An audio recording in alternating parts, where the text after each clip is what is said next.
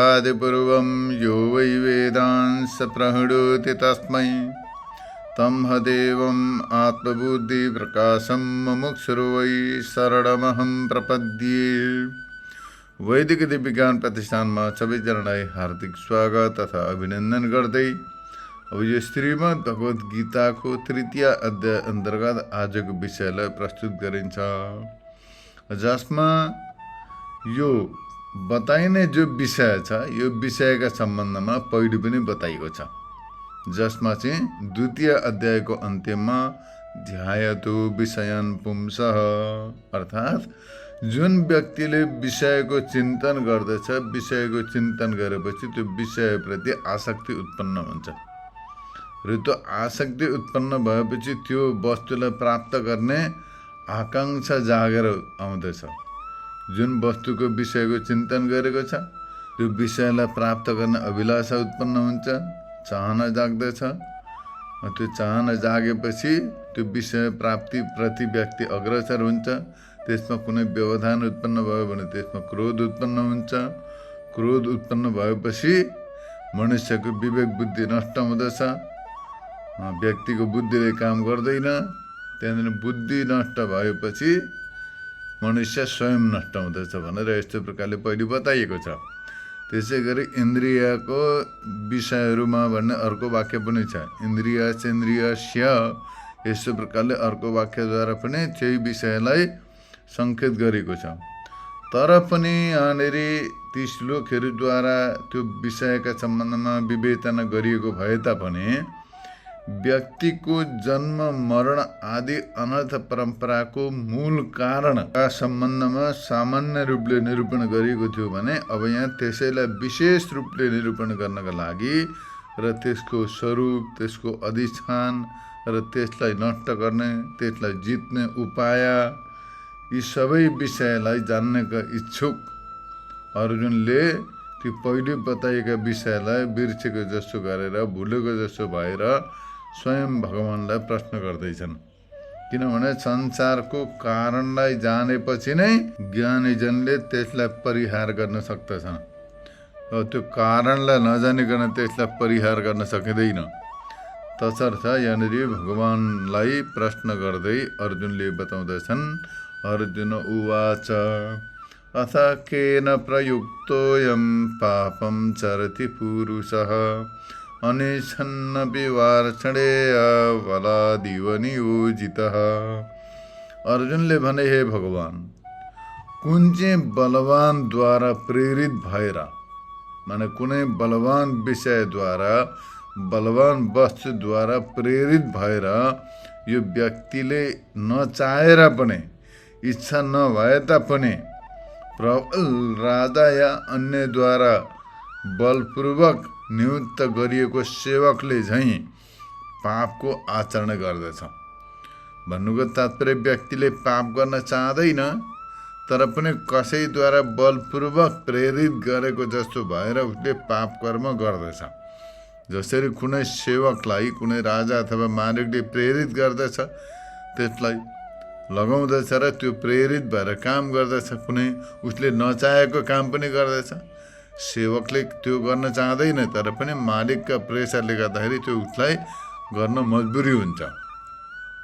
त्यसै प्रकारले मनुष्यले पनि पाप कर्म त गर्न चाहँदैन, तर पनि कसैद्वारा प्रेरित भएर बलपूर्वक त्यसलाई लगाएको, नियुक्त गरेको जस्तो भएर त्यो पाप कर्म गर्दछ।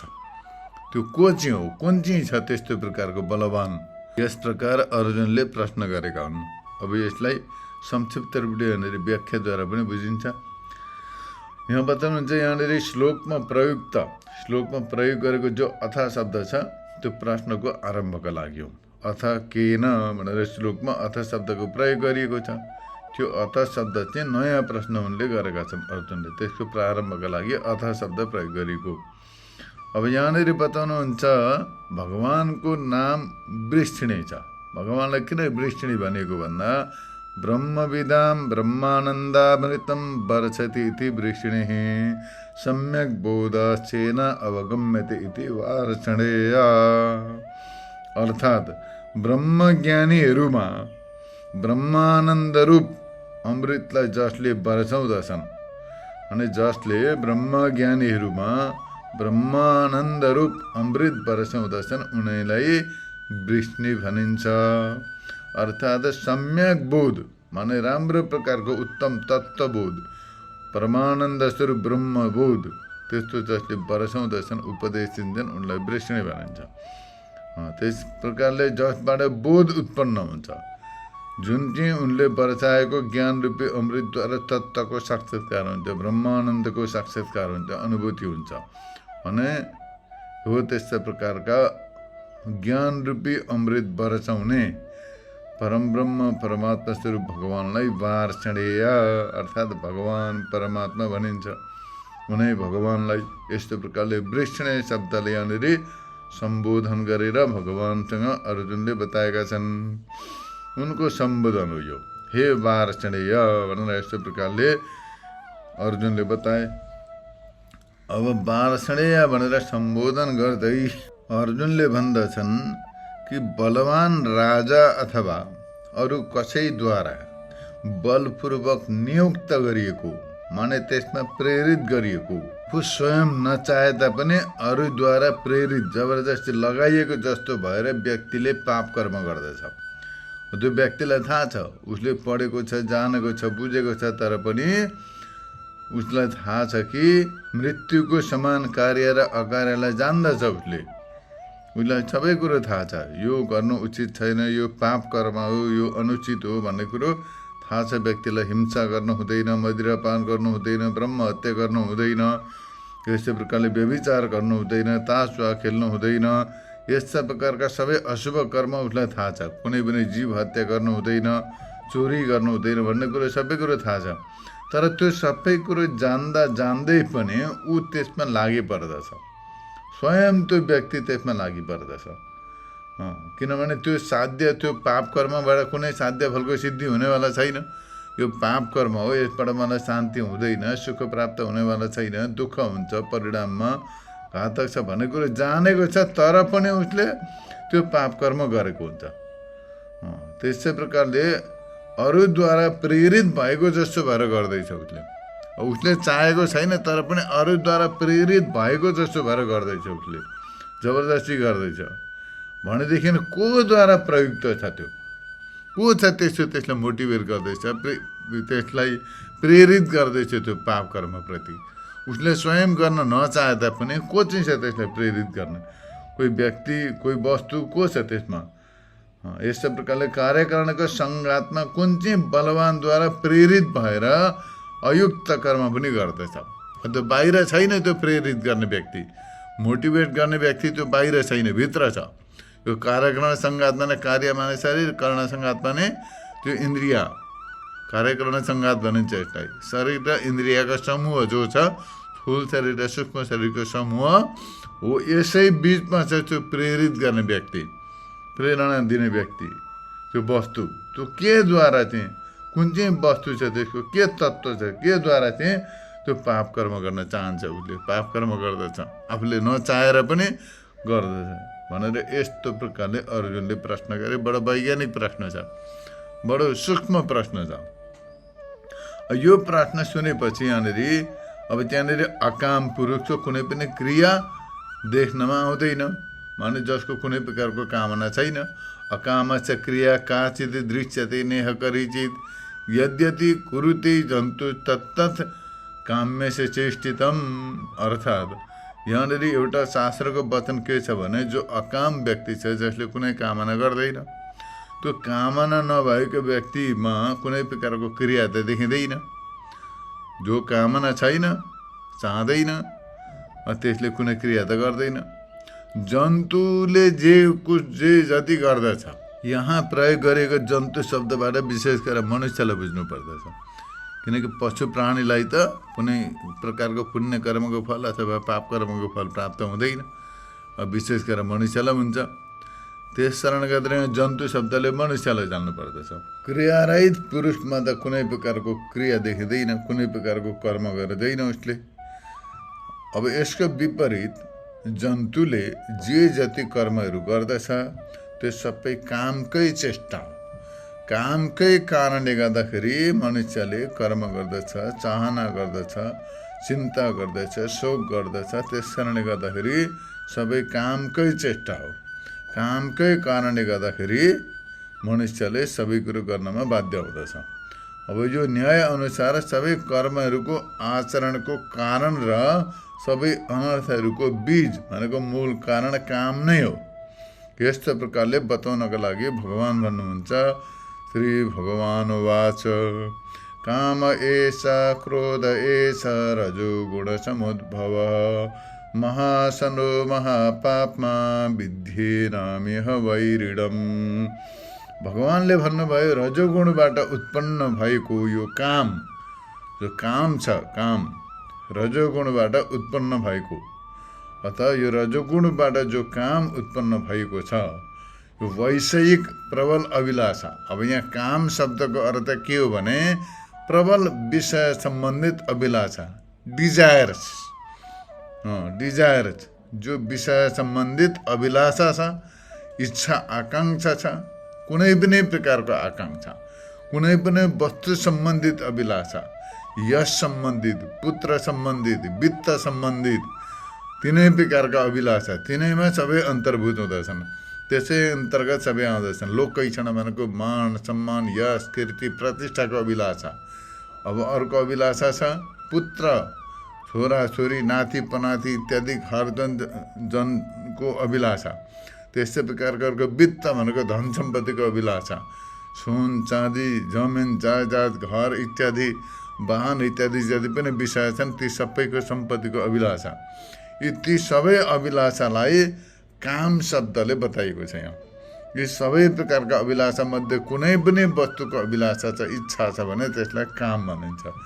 हो त्यो काम नै क्रोधका रूपमा परिणत हुन्छ। अब त्यो काम कहाँबाट उत्पन्न भयो भन्दा रजोगुणबाट उत्पन्न हुन्छ। त्यो रजोगुणबाट उत्पन्न भएको जो काम जो छ, अभिलाषा जो छ, हो त्यो अभिलाषा नै क्रोधका रूपमा, रिसका रूपमा परिणत हुँदछ।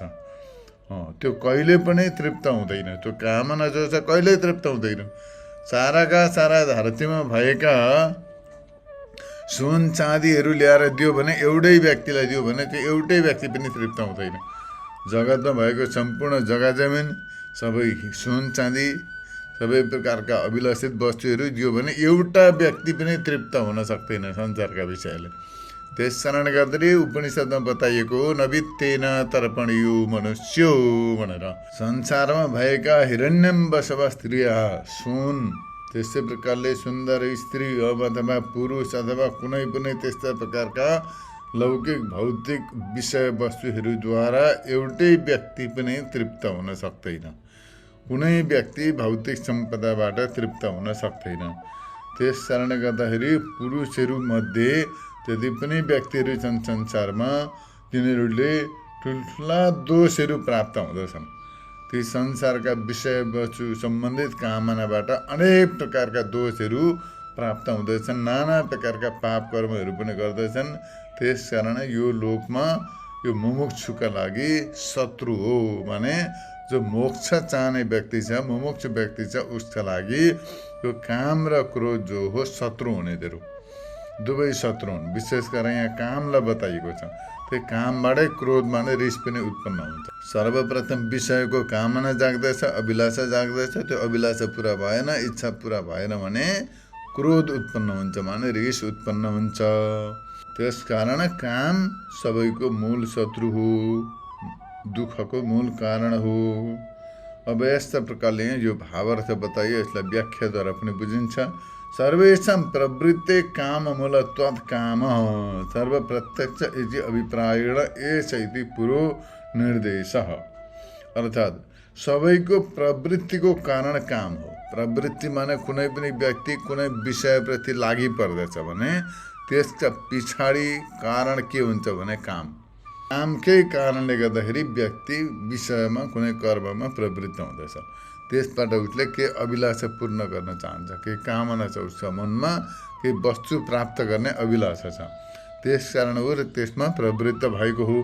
यस प्रकार जान्नुपर्दछ। यो प्रत्यक्ष सबैजनालाई थाहा छ। कसैले केही गर्दैछ भने प्रयोजनम अनुद्दिश्य मन्दुपी नप्रवर्तते, भने प्रयोजन रहित भएर व्यक्ति केही काममा पनि प्रवृत्त हुँदैन। त्यसबाट केही प्राप्त गर्नु छ, उसलाई केही पाउनु छ, त्यसका लागि ऊ त्यसमा प्रवृत्त भएको हुँदछ। यही अभिप्रायले गर्दाखेरि यहाँनिर एस भनेर यस्तो प्रकारले प्रत्यक्ष निर्देश गरेको छ। एस भनेको यो भनेर यस्तो प्रकारले कुनै पनि वस्तुको योग्यत्व र अयोग्यत्वको विचार नगरिकन, माने जो वस्तु छ त्यसको त्यो वस्तु कति योग्य छ कति अयोग्य छ, आफ्ना लागि योग्य छ कि छैन भन्ने विचार नगरिकन केवल त्यो वस्तुका सम्बन्धमा सुनेर अथवा त्यसलाई देखेर त्यसको अभिलाषा गर्नु, त्यो वस्तुलाई प्राप्त गर्ने चाहना गर्नुलाई काम भनिन्छ। उसले कुनै पनि वस्तु देख्यो, त्यो वस्तु उसले त्यो वस्तुको योग्यत्व अयोग्यत्व विचार नगरिकन खालि त्यसलाई देखेर सुनेका भरमा त्यसलाई प्राप्त गर्न चाह्यो भने त्यसलाई काम भनिन्छ। त्यो प्राप्त गर्न चाहना गर्नुलाई काम भनिन्छ। यहाँनिर विषयको प्रबल इच्छालाई काम शब्दले बताएको छ। विषय सम्बन्धित जो प्रबल इच्छा छ, प्रबल एकदम तीव्र इच्छा छ, त्यसलाई काम शब्दले बताइएको हो। कुनै पनि प्रकारको विषय हो, कुनै पनि प्रकारको विषयलाई प्राप्त गर्ने जो प्रबल इच्छा छ त्यसलाई काम शब्दले बताइएको हो। यो काम शब्दलाई डाइभर्ट गर्न सकिन्छ।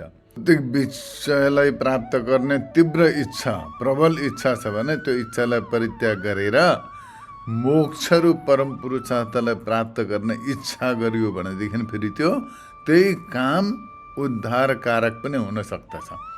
तर अब त्यो काम यदि लौकिक विषय भौतिक विषय प्राप्त गर्न प्रति अत्यन्त तीव्र भयो, लौकिक विषय तथा भौतिक विषयलाई प्राप्त गर्नका लागि अत्यन्त तीव्र इच्छा प्रबल इच्छाका रूपमा जो प्रकट भयो भनेदेखि त्यो अत्यन्त बन्धनकारक हुन्छ, ठुलो घातक हुन्छ। त्यसै कारणले गर्दा यहाँ भगवानले बताउनुहुन्छ जो यो काम छ लौकिक विषय अथवा भौतिक विषय सम्बन्धित जो काम छ, विषयलाई प्राप्त गर्ने जो प्रबल इच्छा छ, त्यही संसारको कारण हो। संसारमा जन्म लिनुको कारण यही कामना हो। यो कामनाकै कारणले गर्दाखेरि व्यक्तिले संसारमा जन्मिनु पर्यो, जन्मेपछि दुःख भोग्नु पर्यो, नाना प्रकारका दुःख कष्ट, अन्तिममा गएर मृत्युको दुःख पनि भोग्नु पर्यो। तत्पश्चात कर्मको फलअनुसारले गर्दाखेरि त्यो नरकगामी पनि हुन्छ, नाना प्रकारका नेस योनिमा पनि पुगिन्छ। यो सबै यो जति पनि दुःख कष्ट आपत्ति विपत्ति नरक नेस योनि जन्म मरण आदि 84 लाख योनिमा भड्किनु, यी सबैको मूल कारण यहाँनिर देखाउँदै हुनुहुन्छ यो काम हो। यो कामलाई नष्ट गर्नुपर्दछ। अब केद्वारा नष्ट गर्ने हो त्यो पनि भगवानले बताउनुहुन्छ अगाडि गएर। त्यस कारणले गर्दा यो कामना कस्तो छ त भन्दाखेरि कसैद्वारा प्रेरित गराए जस्तो गरेर व्यक्ति त्यसमा प्रवृत्त हुँदछ। प्रवृत्त भएपछि त्यो कामना जुन विषयमा प्रवृत्त भएको छ, जुन फलको इच्छा लिएर ऊ लागि परिरहेछ हो, त्यसमा कुनै विघ्न आयो व्यवधान आयो भने त्यही काम क्रोधका रूपमा परिणत हुन्छ। त्यो कामकै परिणाम हो क्रोध पनि। त्यो क्रोधका रूपमा त्यो क्रोधका परिणामलाई त्यसले प्राप्त गर्दछ, त्यो बदलिन्छ। यस कारणले गर्दाखेरि त्यो क्रोध पनि काम नै हो वास्तवमा। जो क्रोध छ, क्रोध शब्दको अर्थ हो रिस, त्यो क्रोध पनि वास्तवमा काम नै हो। अब कुनै व्यक्तिले केही वस्तु प्राप्त गर्न चाह्यो, यश कीर्ति प्राप्त गर्न चाह्यो लोकैक्षण, अब अर्को वित्तैक्षण सम्पत्ति प्राप्त गर्न चाह्यो अथवा पुत्रैक्षण केही पनि, अब त्यसमा पुत्रैक्षण पुत्रलाई प्राप्त गर्न चाह्यो, सन्तान प्राप्ति चाह्यो, अथवा सन्तान प्राप्तिका लागि अब त्यहाँ स्त्री पुरुषको संयोग हुनु बहुत जरुरी हुन्छ। यो कामना स्त्रीमा पनि हुन सक्दछ, पुरुषमा पनि हुन सक्दछ, कुनै पनि व्यक्तिमा योग हुन सक्दछ। त्यस कारणले गर्दा उनीहरूले त्यो चाहनामा कुनै प्रकारको व्यवधान उत्पन्न भयो भनेदेखि हो त्यो काम जो हो क्रोधका रूपमा परिणत हुन्छ, त्यो रिसका रूपमा परिणत हुन्छ। त्यो काम नै क्रोधका रूपमा परिणत हुँदछ र क्रोध पनि वास्तवमा काम नै हो। स्वयं रजोगुणबाट उत्पन्न भएको छ काम। काम कहाँबाट उत्पन्न भएको थियो भन्दा रजोगुणबाट। अत रजोगुणको राग अर्थात् रञ्जन स्वरूप विषय सम्बन्धी सामान्य इच्छा त्यो विषयको समीप हुँदाखेरि कामलाई उत्पन्न गर्दछ। अब राग भनेको के हो त? रञ्जयति राग। राग शब्दको अर्थ के हो भने एक सामान्य अर्थ चाहिँ एट्याचमेन्ट, सम्बन्ध होइन, इच्छा आकाङ्क्षा गरिएका वस्तुसँग जो सम्बन्ध हुन्छ त्यो राग हो। अब अर्को छ रञ्जयति भनेको जस्तो प्रकारले पोतिन्छ भित्तामा। अब सेतो रङ छ, त्यसमा पहेँलो रङ गरिन्छ, त्यो भित्ताको रङै बदलिन्छ। त्यसै प्रकारले अब हात छ, त्यसलाई दियो बालेका ठाउँमा माथि राखिदियो भने हात कालो हुन्छ, त्यसमा रञ्जित हुन्छ त्यो। त्यसै प्रकारले अब सेतो वस्त्र छ, त्यसमा रातो लगाइदियो भने रक्त रञ्जित हुन्छ त्यो, रातो पुरै रातो हुन्छ त्यो। त्यस्तै प्रकारले परिणत हुन्छ, बदलिन्छ, त्यसमा एउटा रूप छ अर्को रूप हुन्छ। त्यसै प्रकारले अब मनमा छ, मन छ, अब केही कामना छैन, इच्छा शान्त छ, निन्द्रामा केही इच्छा हुँदैन, बिउजिने बित्तिकै अब लोकैषणा उत्पन्न भयो, यश कीर्ति इत्यादि मान सम्मान प्रतिष्ठाको इच्छा भयो भने त्यसमा त्यो त्यसैमा परिणत हुन्छ। त्यो छाप बस्यो हृदयमा, त्यो मेटिनेवाला छैन। त्यही कामनाले त्यसलाई प्रेरित गर्दछ, नाना किसिमका कर्म गराउँदछ। त्यसै प्रकारले अब अर्को कामना, धन सम्पत्तिको कामना उत्पन्न हुन्छ। धन सम्पत्तिको कामना उत्पन्न भयो भने त्यो हृदय नै सम्पत्तिमय हुन्छ, धनमय हुन्छ। अब कसरी हुन्छ धन सम्पत्ति प्राप्त गर्न, कसरी हुन्छ बढाउन हो, त्यतातिर लाग्दैछ।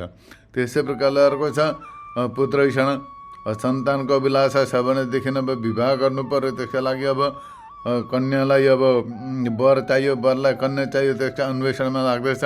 त्यही विचार हुन्छ त्यसमा, अब त्यसैमा ऊ लागि पर्दछ। अब त्यही लोकैषणा पुत्रैषणा वित्तैषणा मध्ये यी कामनाहरूमध्ये कुनै पनि कामना प्राप्ति गर्नका लागि अग्रसर भएको व्यक्तिलाई कुनै प्रकारको व्यवधान उत्पन्न भयो अथवा त्यो काममा कुनै व्यवधान आइलाग्यो भने त्यो काम जो हो क्रोधका रूपमा परिणत हुन्छ।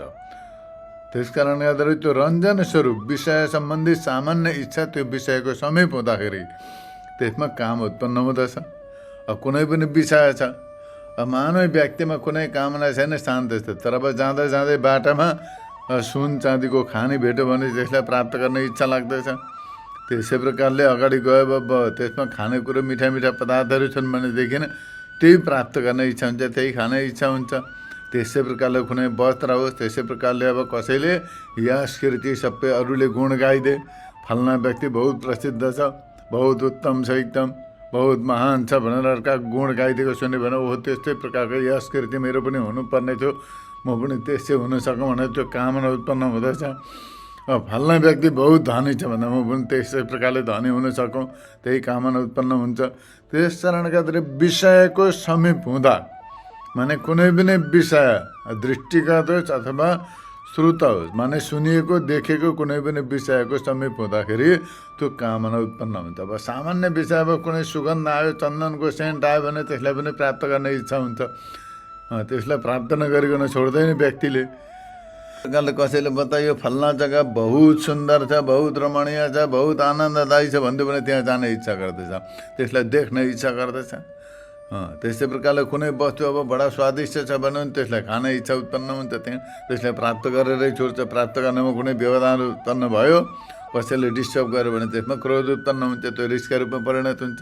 यो बडा अद्भुत छ, यो बडो मनोवैज्ञानिक सत्य छ। यसमा यो जो मनोविज्ञान जो आध्यात्मिक दर्शन हो यसलाई हर कसैले बुझ्नै सक्दैन, यो अन्वेषण गर्न सक्दैन। त्यस कारणले गर्दाखेरि सबैबाट मुक्त भएर अन्वेषण गर्नुपर्छ यसलाई।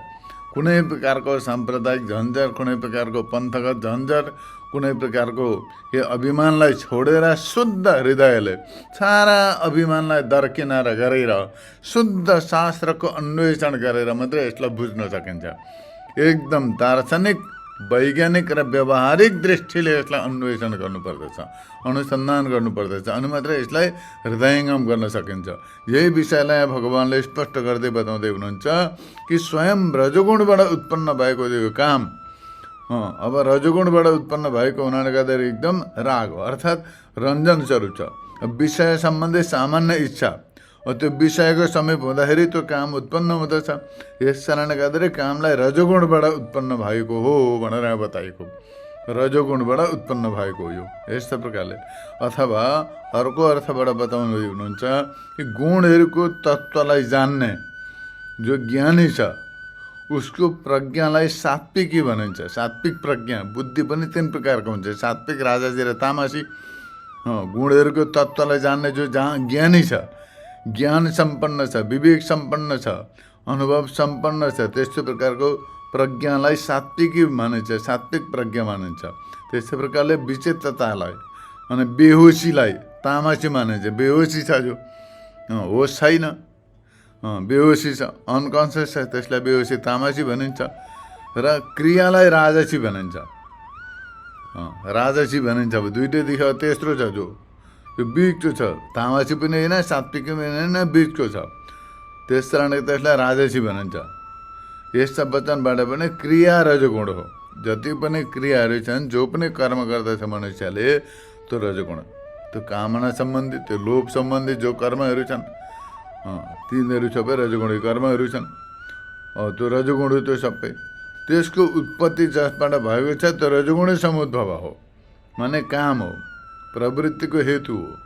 त्यो कामकै कारणले गर्दाखेरि प्रवृत्ति हुँदैछ व्यक्ति। कामना कस्तो छ त भन्दाखेरि नजातु काम कामानाम उपभोगेन साम्यति, अर्थात् यो कामना कहिले पनि विषयको भोगबाट शान्त हुनेवाला छैन। जस्ता प्रकारले आगोमा दाउरो लगाइरह्यो, घिउ लगाइरह्यो भनेदेखि त्यो आगो कहिले पनि निम्दैन, त्यो आगो कहिले पनि शान्त हुँदैन। त्यस्तै प्रकारले कामना पनि अब सम्पत्ति कमाउने इच्छा छ भने कमाइरह्यो भने त्यो इच्छा कहिले पुरा हुँदैन। खाने इच्छा छ भने त्यो खाएको खाइ गर्न मन लाग्छ, खाइरहन्छ, आज खायो, भरे खायो, भोलि खायो, त्यही खाइरहन्छ, कतार कतार खाएको खाइ गरिरहन्छ। त्यसले विषय बदलिन सक्दछ, एउटा खायो अर्को खायो। त्यस्तै प्रकारले अब देख्ने इच्छा छ त यता देख्छ उता देख्छ, घरि यहाँ जान्छ, घरि जर्मन पुग्ला, घरि स्विजरल्यान्ड, घरि अस्ट्रेलिया, घरि सिङ्गापुर, घरि दुबई, घरि भुटान, घरि भारत, कहीँ न कहीँ दौडिरहन्छन्, चक्कर लगाइरहन्छन्। त्यो देख्न चाहने व्यक्ति यहाँ पनि देखेँ, त्यहाँ पनि घुमेँ, त्यहाँ पनि घुमेँ, उहाँ पनि घुमेँ भन्ने खालको यस्तो प्रकारको आफ्नो आफ्नो अभिव्यक्ति उनीहरूले बताउँदछन्। यस्तै प्रकारले सम्पत्ति कमाउन इच्छा भएका व्यक्तिले सम्पत्ति कमाइरहन्छ। त्यो सम्पत्ति उसलाई जरुरी छ कि छैन त्यो पनि विचार गर्दैन, कमाइरहन्छ। घर बनाउनमा जसलाई अब चासो लागिरहेछ त्यसले बनाइरहन्छ, बनाइरहन्छ। त्यो जरुरी छ कि छैन उसलाई पत्ता छैन। जीवन निक्लेर गइसक्यो, जीवनभित्र गइसक्यो, यस्तो अनमोल जीवन, देवदुर्लभ मनुष्य चोला हातबाट निस्केर गइसक्यो, त्यो होस छैन उसलाई। अब साराका सारा वस्तु पनि सारा समाप्त हुन्छ। जति नै घर बनाओ, जति नै सम्पत्ति कमाओ, जति छोरा नाति पनाति, जति परिवार जुटाओ, शरीरलाई जति नै हृष्टपुष्ट एकदम सुन्दर बनाए तापनि त्यो पनि काम आउनेवाला छैन। कुनै दिन रोग लाग्दैछ, त्यो शरीर जर्जर हुन्छ, अन्तिममा गएर राम्रै रह्यो भने पनि एक दिन गएर मृत्यु हुन्छ, लगेर डढाइदिन्छन्, बा सक्यो।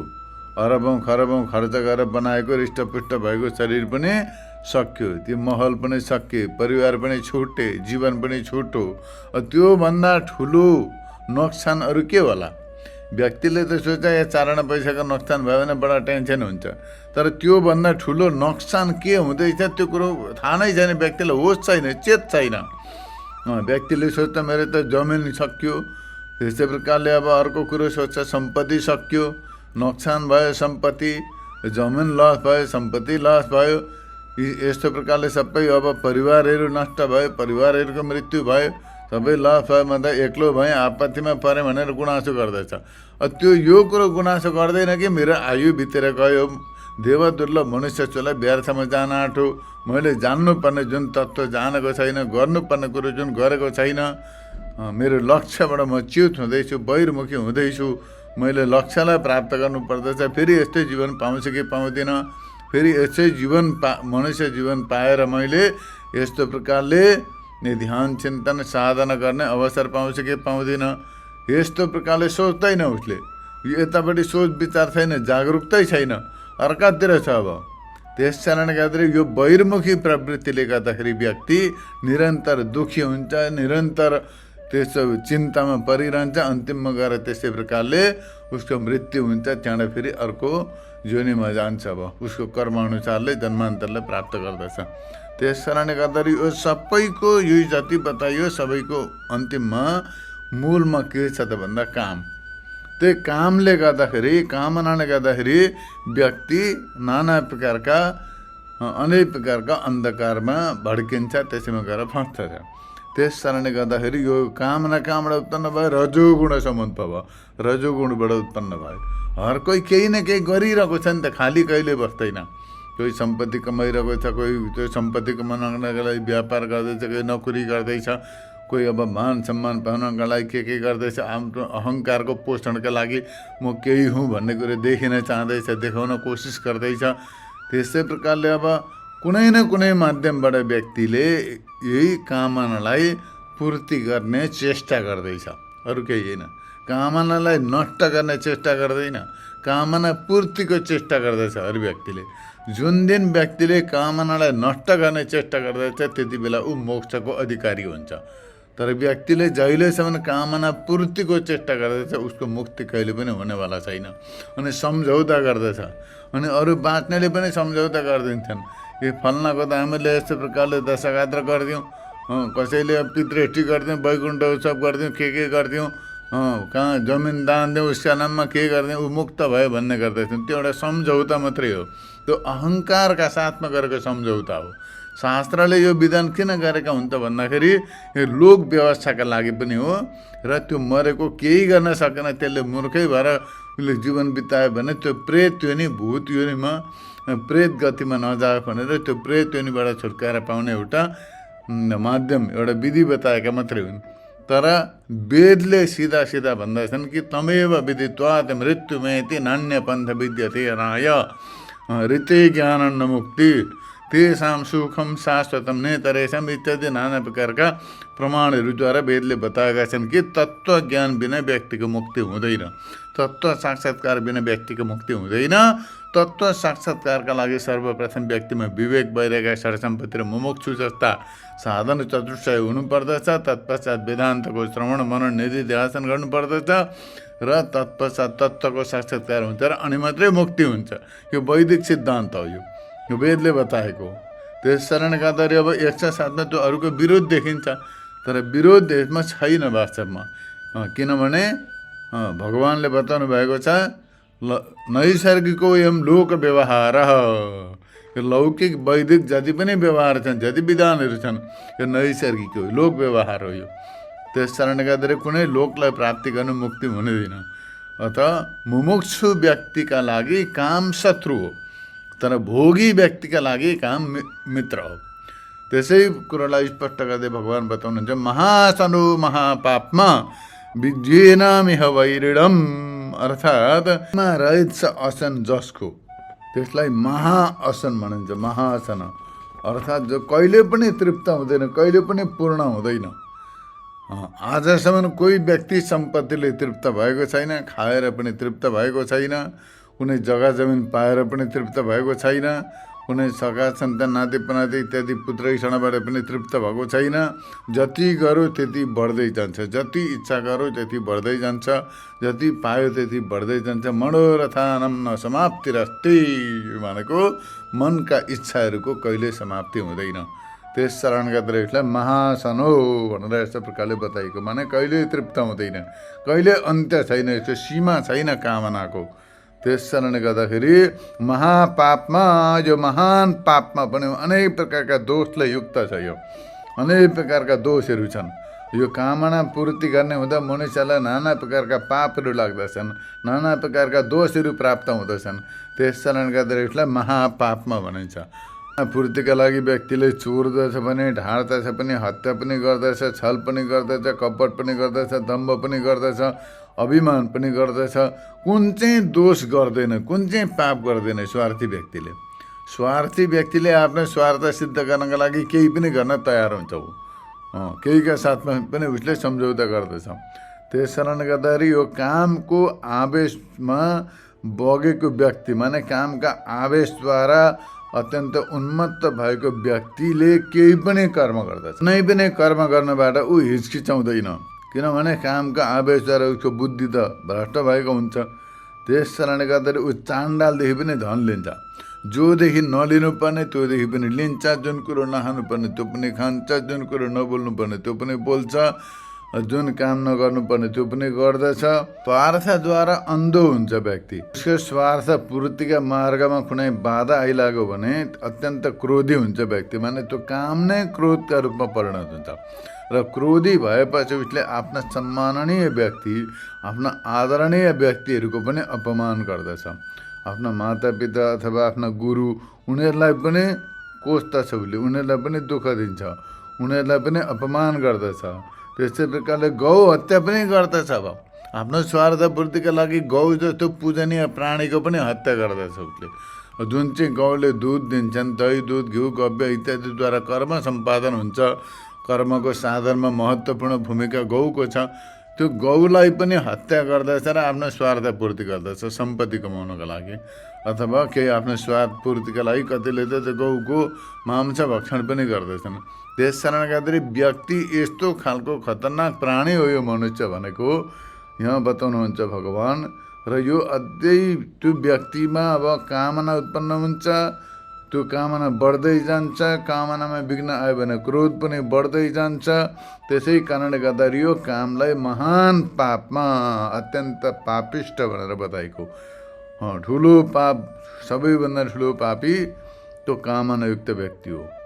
त्यो काम नै सबैभन्दा ठुलो पाप स्वरूप हो, यस्तो प्रकारले यहाँनिर बताएको छ।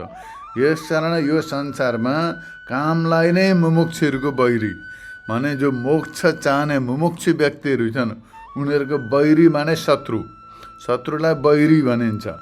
त्यस कारणले गर्दाखेरि यहाँनिर बैरी शब्दको प्रयोग गरेको छ कि मुमुक्षु व्यक्ति, मोक्ष चाहने व्यक्तिहरूको लागि यो कामना बैरी हो, माने शत्रु हो। जो मोक्ष चाहने व्यक्ति छन्, चाहना छ मोक्षको, मोक्ष प्राप्त गर्नु छ, त्यो मोक्ष प्राप्तिका बिचमा यशको प्राप्तिको कामना जाग्ला, सम्पत्ति प्राप्तिको कामना जाग्ला, वित्तैषण, पुत्रैषण, लोकैषण जाग्ला, अब त्यसैबाट पतन हुन्छ। त्यस कारणले गर्दाखेरि मोक्ष मार्गमा अग्रसर हुन सक्दैन। अब मुमुक्षु व्यक्तिले त लोकैषण, पुत्रैषण, वित्तैषण तिनवटालाई परित्याग गरेर अग्रसर हुनुपर्दछ। तिनवटामा एउटै मात्रै पनि रह्यो भनेदेखि अब मोक्ष हुन सक्दैन हो। त्यस कारणले गर्दाखेरि व्यक्तिहरूले धेरैले सम्झौता गर्दछन् क्या कामनाका साथमा। लोकैषण, पुत्रैषण, वित्तैषण पनि तृप्त होस्, मोक्ष पनि प्राप्ति होस् भनेर ढुक्क पर्दछन्। काहीँ न काहीँ सम्झौता कसै न कसैसँग कम्प्रोमाइज गरिरहेका हुन्छन्। कोही सम्प्रदायसँग कम्प्रोमाइज गर्दैछन् कि फल्ना सम्प्रदायमा लाग्यो भने म मुक्त हुन्छु, यो लोकैषण, पुत्रैषण, वित्तैषण छोड्नु नपरो, त्यो पनि पूर्ति होस्। अनि त्यो सम्प्रदायवादीहरूले पनि आफ्नो प्रचार प्रसारका लागि भन्दछन् केही गर्नु पर्दैन, यसमा आइस भने तिमीहरू मुक्त भइहाल्छौ, सिधै सिधै तिमीहरू स्वर्ग जान्छौ अथवा तिमीहरूको मुक्ति हुन्छ, केही गर्नु पर्दैन। त्याग तपस्या पनि परेन, साधन चतुर्सय पनि हुनु परेन, वेदान्तको श्रवण मनन निधिध्यासन पनि गर्नु परेन। त्यो सम्प्रदायमा लागिसकेपछि मुक्त भइहाल्छ, त्यस्तो प्रचार गर्दछन् र त्यसो शिकार बन्दैछन् व्यक्ति। उनीहरूको कमजोरी छ। अब त्यो लोकैषण, पुत्रैषण, वित्तैषण छोड्न सक्दैनन्। त्यो छोड्न नसकेपछि अनि त्यहाँ बरु त्यही सम्प्रदायतिर जाउँ, यो पनि पाइने, त्यो पनि मुक्ति पनि पाइने। मुक्तिमा विश्वास पनि छैन त्यसलाई, काहीँ न काहीँ शङ्का छ, पूर्ण विश्वास छैन, श्रद्धा छैन, तर अब डर छ, मर्ने त पक्का बा छ मुक्ति भन्ने चिज पनि, नर्क पनि छ, के जान्नु मरेपछि। त्यस कारणले गर्दाखेरि लागिराखौँ त्यसमा दीक्षित भइराखौँ। भइराख्यो भनेदेखि यता पनि छोड्दैन, त्यता पनि पाइन्छ पछाडि। यस्तो प्रकारको सम्झौता गर्दछन्, कम्प्रोमाइज गर्दछन्। यो मान्छे नै बडा अटपटङ प्राणी हो, यो बडा विचित्रको प्राणी हो, सत्य स्वीकार गर्न सक्दैन। उसको अन्तरात्माले त भन्छ, अन्तरात्माले कोसिरहेको हुन्छ उसलाई यो ठिक छैन भनेर, तर उसले मान्दैन। उसको मनमा स्वार्थ छन्, कामना छन्, लोकैषण, पुत्रैषण, वित्तैषण पनि तृप्त गर्नु छ त्यसलाई, संसारको मनोरञ्जन मजा पनि लिनु छ, संसारको रस लिनु छ। त्यस कारणले गर्दाखेरि लोकको रस लिनु छ, सम्पत्तिको रस लिनु छ, सम्पत्तिको आनन्द। त्यसै प्रकारले पुत्रैषण इत्यादि, परिवारजन इत्यादि, मसिना मसिना बालको तोते बोली सुन्नु छ त्यसमा। त्यस कारणले त्यो पनि नछुटो, कहीँ वैराग्य उत्पन्न हुने हो कि भनेर डराउँछन् कति।